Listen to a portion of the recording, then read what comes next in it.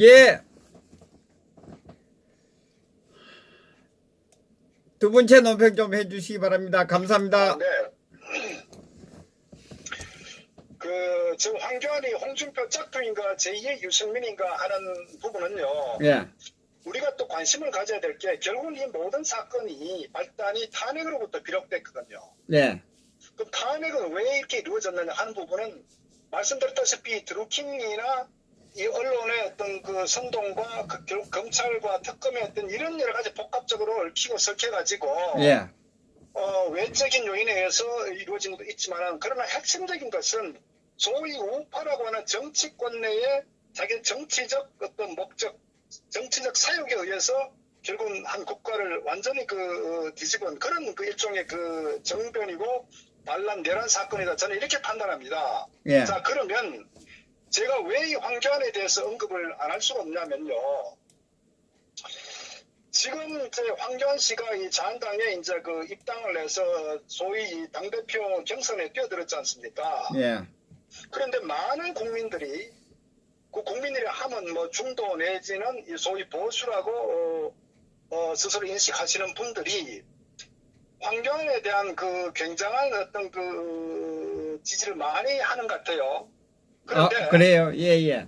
우리가 잊지 말아야 될 게 굉장히 우리가 모순적인 게 만약에 탄핵이 없었다면은 우리가 이런 대한민국이 고통의 어떤 절곡에 빠질 수 있지 않았을 거예요. 대한민국 국격이든 모든 부분이 결국 말씀드렸다시피 100번을 강조해도 탄핵 때문에 이 사건이 오늘날 대한민국 오늘 현 주소를 우리가 맞이하게 된 거예요. 예, 예. 자, 그러면 역사가 되풀이되지 않도록 하기 위해서는 문제점에 대해서 반드시 그 원인을 밝히고 거기에 대한 대처를 해야 되는 겁니다. 그러면 탄핵의 시발점, 이 소위 좌익들의 어떤 그런 의도는 저는 뭐 당연하다고 보고 그거는 더 이상 얘기할 필요도 없다. 그런데 문제는 소위 보수 우파라고 자청하는 정치 세력들이 소위 말해서 이 반란을 일으켰는데 여기에 황교안이가 전혀 관계가 없느냐. 저는 그 부분에 있어서 상당히 많은 합리적 의심을 하지 않을 수가 없다 하는 부분이 지금 일부 어떤 것도 소위 보수 우익 어떤 쪽에 이제 이 평론가들 또는 어떤 지지하는 분들은 황교안을 마치 어떤 새로운 보수 우익의 대안으로서 열렬한 어떤 지지를 하는 것 같아요. 그러면서 합리화시키고 정당화시키고 마치 현존하는 가장 최적의 보수파의 지도자다. 이렇게 지금 현재 지지하고 평가를 하는 거예요. 예, 그분들이 지지하고 있는 분들은 진정으로 이 나라를 사랑하는 사람들인가 국민들이 맞는가요? 저는 이제 그래서 제가 일가를 하고 싶은 부분이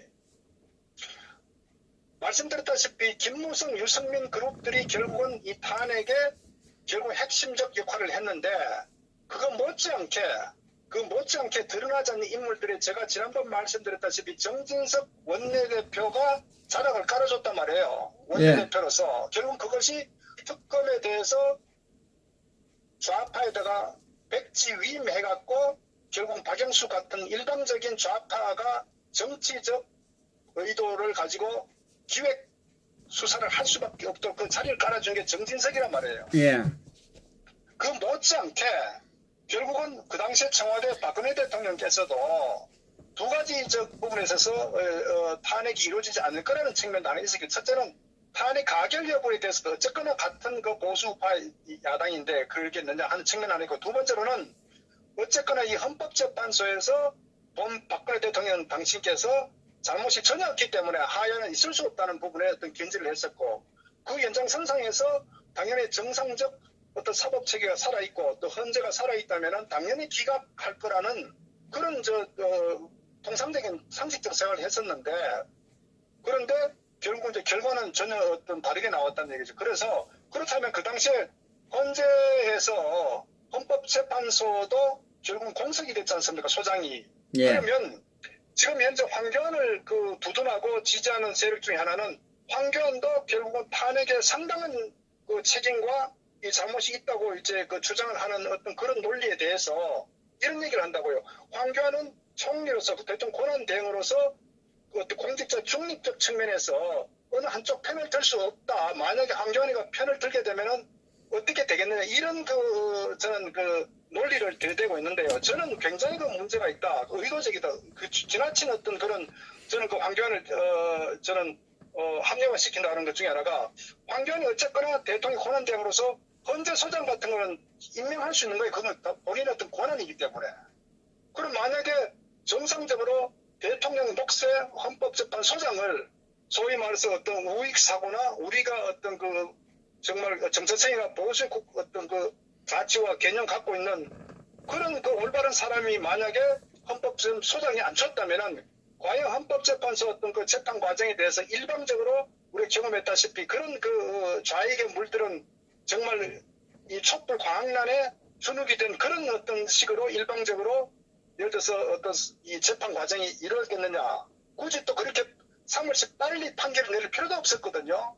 그렇죠. 결국은 뭐냐면은 이런 소위 그런 상황을 충분히 예측할 수 있으면은 황교안 씨는 당연히 거기에 헌법재판소장을 임명을 해줘야 되는 거예요. 자기 권한이기 때문에. 그러니까 그게 논리에 맞지 않단다. 그러니까 황교안을 지나치게 저는 지지하는 일종의 어떤 무리수의 논리를 지금 펴고 있는데 그렇기 때문에 황교안 씨 자체는 처음부터 결국 탄핵의 상당 부분 방임 내지는 동조했었다. 저는 이렇게 봅니다. 또 그 당시에 왜냐하면 그 당시에 황교안 씨에 대한 많은 기대를 갖고 있었다고요. 그런데 결국은 황교안 씨 끝까지 침묵을 지켰고 그 다음에 두 번째로는 탄핵 이후에 황교안 씨가 보이는 어떤 행보 결국 침묵으로 일관했거든요. 그 당시에 대한민국은 속수무책으로 나락의 길로 가고 있었는데 황교안 씨는 뭘 했습니까? 소위 본인이 했다는 결국은 교회에 가서 간증을 했다거나 청년들과 했던 대담을 했다거나 나라가 북한에 넘어가고 경제가 몰락하는데 그게 대통령 총리를 지냈고 특히 본인이 모셨던 대통령이 억울하게 구속이 된 상태에서 탄핵이 된 상태에서 과연 박근혜 정부의 2인자라고 한 가장 많은 혜택을 본 황교안 씨가 보인 행태냐. 그건 도저히 납득할 수가 없는 거예요. 하물며 아무런 관계없는 일반 국민들이 거기에 잘못된 탄핵과 이 불법에서 한각에서 태극기 겨울에 추운 겨울에 세업을 전폐하고 나와서 투쟁을 했는데 황교안 씨는 뭘 했습니까? 따뜻하게 교회에서 간증을 한다. 젊은이들하고 간담한다. 지금 시국이 그를 할 시국입니까? 아니잖아요. 그래서 황교안 씨는 철저하게 기회주의적 행태를 보였다. 결국은 탄핵에 상당히 저는 대통령 권한 대행으로서의 권한도 행사하지 않고 방임 동조했을 뿐만 아니라 이 문재인 좌파 정권, 종북 주사파 정권이 들어서서 나라를 망치는 상황에도 정말 본인이 보인 행태는 도저히 묵고할 수 없다. 저는 그 두 번째고 세 번째 소위 자한당에서 이제 이 당대표 경선을 한다고 하니 그 업지급 기다렸다는 듯이 와가지고 이 당대표 경선에 선언한 거예요. 그러면서 경선 일성이 뭡니까? 이 통합을 얘기했다고요. 통합을. 결국 통합이라는 게 뭡니까? 철저하게 이 사람은 정치공학적으로 접근했다는 겁니다.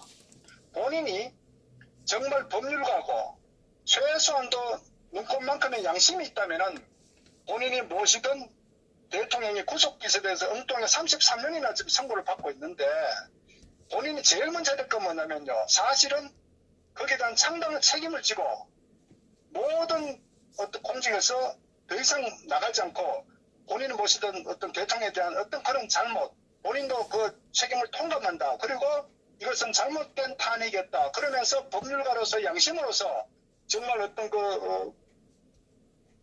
기자회견을 하든 그것이 저는 황교안 씨의 최소한의 저는 취해야 될 입장이다. 이렇게 보는 거예요. 그럼에도 불구하고 오히려 통합이라는 얘기 또 나라가 위기에 빠졌다. 얼마나 코미디 같은 비논리적 얘기입니까? 나라가 왜 위기에 빠졌습니까? 본인이 본인의 직무를 유기했기 때문에 결국은 직무 유기도 아니죠. 더 나아가서 동조와 방임 그러니까 탄핵에 상당 부분 묵시적 저는 동조했다. 그것은 유승민과 김무성과 차이가 뭐냐 이거죠. 그런 어떤 행위를 한 사람이 이제 와서 나라가 위기 처했으니 문재인을 비판하고 경제가 망가졌으니 살려야 되겠다고. 얼마나 코미디 같은 논리입니까? 그리고 통합한다는 메시지가 뭡니까? 결국은 너나 할 거 없이 전부 표를 끌어모아가지고 자기가 대권에 다가가겠다는 이런 저는 원칙에도 맞지 않고 정의에도 맞지 않고 저는 보수파의 가치에도 맞지 않는 그야말로 철저한 사욕을 위해서 국가보다는 자신의 어떤 영달을 위한 그런 저는 정치공학적 접근이다 이렇게 보는 거예요. 그래서 그 다음에 또 하나 제가 또 상당히 놀랐던 거는 이 채널 내에서 그 대담한 걸 봤는데요. 예. 결국은 이 앵커가 결국은 이 유승민에 대해서 어떻게 생각하느냐, 어떻게 할 거라 할 거냐 하니까 유승민하고는 너무너무 친한 사이다. 절친이라는 얘기를 하면 그러면서 받아들여야 된다는 논리로 가져가는 거예요. 함께 해야 된다. 그러니까 결국은 이 사람의 생각은요. 그래서 제가 그 당시에도 많은 의심을 가고 많은 국민들 기대를 했었는데 황교안이가 뭔가 이 판을 뒤집을 길을 바랐는데 결국은 시간 지났을 때 썰마썰마인데 역시나 결국은 오늘 이 시간까지 오면서 황교안 씨의 지난 3년간의 행적들 또 최근의 발언들을 봤을 때 결국은 유승민과 같은 생각을 갖고 있었다. 황교안은 처음부터 탄핵이 되기를 바라고 있었다. 그렇기 때문에 황교안의 어떤 행적들을 그렇게밖에 설명할 수 없다. 저는 그렇게 보는 거예요. 그래서 황교안이나 김무성이나 유승민은 같은 사고를 갖고 있던 인물이다. 그렇기 때문에 이제 와서는 뭐냐면 친박 비방 얘기하지 마라. 이 얼마나 정치공학적이고 기회주의적 행태냐 이거죠. 최소한 지도자라면은 유불리를 떠나서 옳고 그름의 관점에서 의사결정과 리더십을 가져야 된다고요. 지도자는 자기가 아무리 불리하더라도 역사의 어떤 그 흐름 속에서 발걸음을 하기 때문에 항상 정의와 불의, 옳고 그름의 관점에서 판단과 자기 어떤 그 리더십을 보여줘야 되는데 현재 황교안은 자기 정치적 사역을 위해서 적도 아군도 과거의 어떤 모든 거 다 덮고 그냥 내 앞으로 다 그냥 해쳐 모여서 뭉쳐라. 이런 논리를 펴기 때문에 저는 특히 더더구나 법률가로서의 전혀 맞지 않는 원칙에도 맞지 않는 이것이 황교안의 실체다. 그래서 황교안을 지지하는 사람은 결국은 이렇게 되면요. 기회주의자를 탄생하게 된 겁니다. 결국 기회주의자는 배신자를 부르거든요. 그러면요. 우리 사회는 어떻게 되느냐. 옆에 같이 함께 하던 사람이 결국은 이해에 따라서 다시 또 배신하고 다른 사람과 손잡는 이런 사회가 만연하게 된다고요. 그러면 우리 사회는 굉장히 경박해지고 믿지 못하고 신뢰가 깨지는 그런 사회가 되는 겁니다. 그래서 황교안의 어떤 처신과 행태는 너무나 문제가 많기 때문에 여기에 대해서 맹목적 지지하는 사람들은 정말 본인들이 다시 친구들로부터 뒤통수 맞는 배신당하는 그런 상황을 맞이할 수 있다는 것을 반드시 명심해야 된다. 이렇게 되면요. 대한민국의 정치는 절대적으로 발전할 수 없습니다. 그리고 역사는 다시 또 배신으로 되풀이 된다고요. 그래서 이 황교안도 마찬가지고 홍준표도 마찬가지입니다. 홍준표도 보십시오.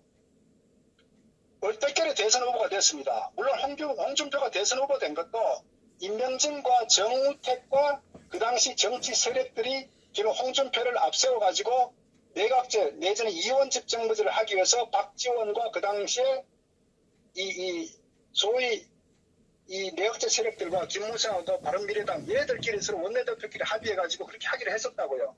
그런데 결국은 중도에 반기문이 사퇴되니까 이게 전부 어그러져 버렸죠. 그리고 그 당시 또 안철수가 지지율이 갑작스레 올라가니까 결국은 박지원이도 결국은 이 내각제에 대한 부분을 방향을 틀어버린 거예요. 결국은 이 홍준표는 대통령 선거에서 대통령 당선되기 위한 게 아니라 결국은 이 내각제 세력들이 방패막이로 세워가지고 이용해 보려고 했는데 근데 결국 홍준표 개인 욕심은 뭐냐? 그때 표를 얻기 위해 가지고 두 가지 행위를 했습니다. 첫째, 바른미래당에서 탄핵, 자기 당에 침을 뱉고 온갖 비판과 정말 어떤 형언할 수 없는 그런 발언들을 하고 탈당했던 사람들을 다시 복당을 시켰단 말이에요. 그 정치에서는 있을 수가 없는 거예요. 두 번째, 또 태극기 집회에 나서가지고 표를 얻으려고 박근혜 대통령에 대해서 이 탄핵이 잘못됐다는 식으로 반드시 자기가 그거를 구명하겠다는 식으로 태극기 국민들에게 다가가서 아스팔트에 가서 그렇게 또 행설 수설했지 않습니까? 그 이후에 홍준표가 또 보인 행태는 뭡니까? 박 대통령 명패를 쓰레기통에 뒤집어 버렸잖아요. 예. 출당시켰지 않습니까? 이것이 홍준표의 본 모습 아닙니까? 그러다가 또 최근에는 뭐라 그럽니까? 그러면서 또 황교안한테 이 탄핵당이냐 이런 얘기 하거든요. 그러니까 이 홍준표는 이제 양아치라는 게요. 말을 시원하게 하는 게 중요한 게 아니라 정치인의 일거수일투족 그 말 한마디의 그 무게감이 지도자라면 정말 온 국민의 가슴에 희망을 줘야 되거든요. 그런데 홍준표는 즉흥적으로 아무 생각 없이 아침 발언 바뀌고 저녁 발언 바뀐다고 그건 양아치죠. 그러니까 결국은 저는 이런 홍준표의 원인이나 황교안과 저는 다를 바가 없다. 그래서 이런 이 위장 소위 정치꾼들 지도자라고 표방하는 이런 정치인들이 대한민국에 다시 지지를 받는다면 대한민국에 희망은 없다. 저는 그렇게 봅니다. 그래서 우리가 좀 늦게 가더라도 반드시 바른 길로 가야 된다고요. 그리고 대한민국에 지금 필요한 것은 두 가지 아닙니까? 투쟁과 옳고 그름 정의를 위해서 투쟁할 수 있는 그런 지도자가 필요한 거예요. 그래야 대한민국이 바로 서고 우파가 바로 서고 저 역사는 다시 되풀이되지 않을 것이다. 저는 그런 것을 제가 강조드리면서 황교안은 당대표 나가기 전에 자신의 행적에 대해서 저는 통렬한 반성 그리고 박 대통령에 대한 정말 무한한 어떤 그 죄책감을 저는 가져야 된다. 한 인간으로서 그것이 본인이 믿는 기독교 하느님에 대한 최소한의 전 예의고 도리다 이렇게 생각합니다. 뭐 우리 박사님 말씀을 들어보니까 우리 그 황교안 씨는 인간이 먼저 돼야 될 것 같아요. 왜냐하면 그 탄핵 당시에 그 보수 우파 국민 5분이 희생되셨잖아요, 현장에서요. 그렇습니다. 그 부분에 대해서 그 국가 통치권자였지 않습니까? 그 당시는 직무 대응을 하고 있었는데 네. 한마디 했습니까? 그러니까요. 왜냐면요. 그거를 안타깝다 소리라도 한마디 했습니까? 그 인간이? 왜 그러냐면요. 바로 거기에 본인의 본심이 있는 게 그걸 언급하게 되면은 또다시 사회적 문제가 되기 때문에 탄핵의 정당성 문제가 사회적 이슈가 되기 때문에 그래 되면은 결국 뭐냐면은 본인의 어떤 그 속마음 자체가 소위 말해서 들통나거든요. 그러면 지도자로서 당 대표로서 자격이 없는 거 아닙니까? 이게 없죠. 전혀 없는데 왜 거기에 출마를 하고? 저는요, 참 종교인이라면요, 누구보다도 자기 양심에 거리낌이 없어. 더더구나 정말 종교인이라면은 자기가 믿는 하느님에 대해서 한치의 어떤 그 부끄러움도 없어야 되거든요. 저는 그 부분에 대해서 저는 황교안은 저는 공직자고 위장 정치인이다. 저는 이렇게 봅니다. 그래서 이런 사람이 더 무섭고 더 우리가 배제해야 될 어떤 그런 대상이라고 우리가 인식해야 된다고요. 그래서 맹목적으로 지지 않는 그런 그 지지자들은 나중에 본인들이 본인의 아는 지인들로부터 다시 배신의 어떤 화살을 맞을 수 있다는 걸 명심해야 된다고요. 우리 사회가 바로 설레는 법치, 정의, 신뢰가 우리 사회에서 뿌리를 내려야 된다고요. 그래야 사람들이 믿고 신뢰하면서 우리가 앞으로 사회 구성으로 살아갈 수가 있는데 서로가 불신하고 정말 불안을 느끼게 되면요. 이 사회는 건강하게 살 수가 없어요. 그건 대한민국이 될 수가 없고 민주주의가 될 수가 없고 선진국이 될 수 없습니다. 그것을 저는 많은 국민들이 좀 정확히 좀 인식을 했으면 좋겠다. 그렇게 말씀을 드립니다. 결국은 당대표가 누가 될지 봐야 하겠지만, 이런 사람들이 설친다는 이야기는 결국은 그 자유한국당은 정신을 못 차리고 배신당으로 거듭나겠다는 이야기밖에 안 들립니다, 저는. 자, 그래서 저는 사실 이제 우려스러운 게 뭐냐. 우리가 많은 태극기국 국민들이 아스팔트에서 거의 2년이 넘게 투쟁을 하지 않습니까? 더우나 추우나. 예, 지금도 예. 마찬가지고, 내일도 마찬가지고. 우리가 바라는 걸 이뤄야 된다고요. 대한민국 바로 서기 위해서. 그런데 제가 우려스러운 거는 결국은 이런 편과 술수로 자기 자신을 포장을 가리고 화장을 통해서 순진한 국민들을 속여서 다음에 당대표가 되었고 김무성이도 안고 유승민도 포용하고 손학규도 포용하고 이런 식의 정치가 되면요. 결국은 대한민국 정의란 게 사라지는 거예요. 결국 뭐냐. 수단 방법 가리지 않고 목적만 달성하면 된다는 이런 그 사회에다가 굉장히 부정적인 걸 심어주기 때문에 이건요. 결국은 우리 어떤 그 인간사가 아니라 짐승이 사는 양육강식의 이 세계가 되는 거예요. 저는 그런 부분에 있어서 절대적으로 이 황교안 씨 이런 거 아주 포카페이스한 이런 저는 그 행태나 행위에 대해서 우리가 용납하면 안 된다. 저는 그래 봅니다. 그래서 분명히 제가 우려스러운 거는 아마 황교안 씨가 당대표가 되면은 분명히 통합 얘기하면서 문호를 개방하면서 소위 스펙트럼을 넓혀가지고 문재인을 제어하자. 그래서 결국은 자기가 대선을 가기 위한 하나의 그런 교도보를 확보하는 이런 쪽으로 굉장히 저는 위험한 상황이 전개될 수 있다. 그러면요. 결국은 탄핵은 완전히 정당화되어 버리고 과거의 어떤 사건으로 치부되어 버리는 그리고 박근혜 대통령은 결국 잘못했기 때문에 당신은 끽소리하지 말고 영원히 죽을 때까지 그냥 속죄하며 살아라. 이런 논리가 성립된다고요. 그래서 저는 이 자한당 이 당대표 경선에 대해서 그래도 우리가 지금 투쟁했던 가장 어떤 가능성 높은 어떤 후보에 대해서 저는 어느 정도 묵시적으로라도 우리가 좀 힘을 보탤 수 있으면 보태줘야 된다. 저는 그렇게 봅니다. 그래야 현재 이 대한민국도 마찬가지고 이 외국 국민들의 투쟁의 어떤 그 속에 어떤 좀 결과를 이룰 수 있다. 저는 그렇게 봅니다. 그래서 어떻게 하든지 황교안은 저는 막아야 된다 이렇게 생각합니다. 결국은 님 자한당이 보수 우파가 아니라는 거네. 지지하는 사람이든 나온 사람이든 다 보수 우파가 아니라는 완전히 버려야 되는. 저는요 이 사람 정치인들은요 보수다 우파다 좌파다 아니라 예. 국가와 국민보다는 철저하게 자신의 정치적 실리를 위해서 움직이는 인물들이라고요. 그걸 우리가 알아야 됩니다. 국민들은 마치 어떤 워낙 문재인 좌파 정권에 대해서 우리가 막 고통을 받았기 때문에 뭔가 새로운 인물이 나와가지고 우리를 구제할 것처럼 굉장히 목말라하는데요. 그 실체를 정확히 알아야 됩니다. 그래서 저는 어쨌거나 아스팔트에서 함께한 그리고 나라가 난세에 처했을 때 투쟁했던 사람을 중심으로 해서 우리가 다시 정치 세력화시켜서 저는 반드시 바로잡아야 되지 침묵하고 있다가 이제 뭔가 판이 마련되니까 와서 숟가락을 놓으면서 마치 자기가 하나의 대안처럼 군림하고자 하는 이런 기회주의적 세력들은 반드시 철퇴를 가야 됩니다. 거기에 반드시 속아 넘어가면 안 돼요. 제가 말씀은 그겁니다.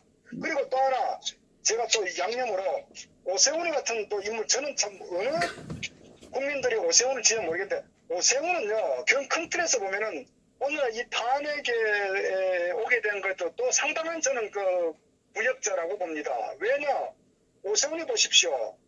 저는 한 4가지 관점에서 제가 지적을 하는데 첫째 서울시장 선거를 넘겨줬죠. 예. 그럼 박원순이 왔지 않습니까? 박원순이 와가지고 우리가 나라를 서울시를 어떻게 만들었습니까? 좌파의 어떤 완전히 판을 깔아줬잖아요. 촛불 해방구를 만들어줬잖아요. 박원순이가. 뿐만 아니라 이 민주노총과 이 노조들과의 어떤 그런 정치 자금을 대면서 완전히 날개를 달아줬지 않습니까? 거기에 결국은 자리 깔아주는 누굽니까? 오세훈 아닙니까? 왜 오세훈 그랬습니까? 자기의 대권 욕심에 의해서 무리수로 떠가지고 자기 서울시장 자기를 박탈하고 일방적으로 본인 개인의 의사결정으로 자리를 넘겨준 거 아닙니까? 그 당시에 당에서는 그렇게 바라지 않았다고요. 두 번째, 지난 4.13 총선 때 본인 지역구가 어딥니까? 왜 종로 박진 지역구를 자기가 무리수하게 들어가가지고 박진의 지역구를 빼앗았잖아요. 그 당시에 당에서도 그걸 바라지 않았다고요. 최소한 정치적 도의와 인간적 도리가 있다면은 박진 의원이 거기서 한 3선이가 했지 않습니까? 그리고 오랫동안 그 지역구 관리했는데 이 오세훈이가 자기 어떤 그 이름값을 가지고 거기에 끝까지 양보하지 않고 결국은 총선 어떤 전략에 상당히 방향을 틀어버렸잖아요. 그러니까 이 사람은 뭐냐? 당과 국가라는 공공의 어떤 목적보다는 자기의 어떤 사사로운 사욕을 항상 내세우는 인물이 오세훈이라고요.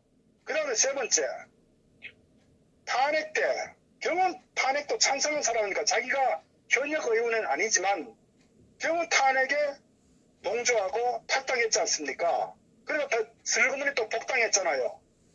그러니까 이 오세훈이라는 인물은요, 철저하게 공익과 국가관이 아니라 철저하게 사익을 추구하는 인물이었다. 그것은 지난 어떤 이 오세훈의 정치적 행보와 이력을 보면 그대로 드러납니다. 그 다음 네 번째, 그 사람 해놓은 이력이 뭐가 있나요? TV 광고 선전 나와가지고 중년 여성들로부터 인기받았다는 그 하나를 가지고 정치의 자산으로 삼았지 않습니까? 그러나 정치적 결과물, 정치적 역량 보여 중에 뭐 있습니까? 철저하게 자기 사사로운 사익을 위해서 당도 국가도 모든 걸 완전히 망가뜨린 인물 아닙니까? 그런 인물이 이제 와서 당대표가 되겠다고요. 개나 소나 하는 게 당대표 자리입니까? 그래서 이런 인물들은요, 애초에 정치에서 퇴출을 시켜야 되는 거예요. 또다시 이런 인물에 대해서 지지를 보내면요, 대한민국의 정치는 영원히 회복불능된다는 것을 저는 국민들 좀 알았으면 좋겠다. 아닌 거는 아닌 거고 잘못된 것에 비판을 해서 이 정치판이 깨끗하게 되도록 그럼 국민들이 정신 차려야 됩니다. 저는 제발 우파 국민들이 정신을 좀 차렸으면 좋겠어요. 막말로 어떤 정치 당대표를 뽑더라도 다음에 우리가 총선에서 이길 가능성이 상당히 높습니다. 그래서 이 차과제는 우리에게 좋은 기회라고 판단하고 아닌 인물들, 퇴출된 인물들을 정확하게 이번에 교통정리를 좀 했으면 좋겠다. 그래서 이 애국 국민들께서도 지지하는 부분에 대해서 지지의 그 기준을 좀 정확히 좀 인식하고 저는 그 표를 좀 행사했으면 좋겠다. 저는 그렇게 봅니다. 뭐 우리 박사님 말씀 들으니까 자한당이 쓰레기통에서 그 대표를 뽑고 있는 것 같은 느낌을 받습니다. 오죽하면은 정말 다 버렸죠. 버렸는데도 불구하고 그래도 일당이라고 하니 그 국민들이 마음 둘 데가 없으니까 비판을 하면서 전부 비판하지 않습니까? 비판하면서도 혹시나 정신 차리길 바라는데 역시나 계속적으로 애국 국민들의 기대를 저버리고 있잖아요. 저는 이 부분에 대해서 국민 잘못도 있어요. 그거를 비판을 해서 제거를 시키는 그걸 해줘야 된다. 그래야 저는 이 짝퉁 이 정치꾼들을 소위 위장 보수 정치꾼들이 사라진다고요. 그 토대를 만들어주면 안 돼요. 제가 당부드린 것은 정상적으로 교통정리하면요, 다음 총선 대선에서 반드시 우파가 승리합니다. 왜? 현재 이 문재인 종북주사 과정으로 사고를 너무 쳤기 때문에 도저히 구제불능상태하기 때문에 막말로 막대기만 꼽아도 됩니다. 제가 말씀드린 부분은. 그러니까 이번 기회를 저는 그 우파가 거듭나는 그리고 잘못된 어떤 탄핵에 대한 부분을 반드시 저는 어떤 규명을 하고 거기에 책임 있는 관계자 반드시 정계 은퇴시켜야 된다. 저는 개인적으로 자한당의 90%는 저는 정치 물갈이 해야 된다. 90%는 물갈이 시켜야 됩니다. 최소한 또 90%는. 예. 그걸 좀 말씀드립니다. 예. 예, 수고하셨습니다. 감사합니다. 아, 네. 예. 오늘 최고의 논평을 해 주셨습니다. 자, 우리 김동수 박사님께 박수를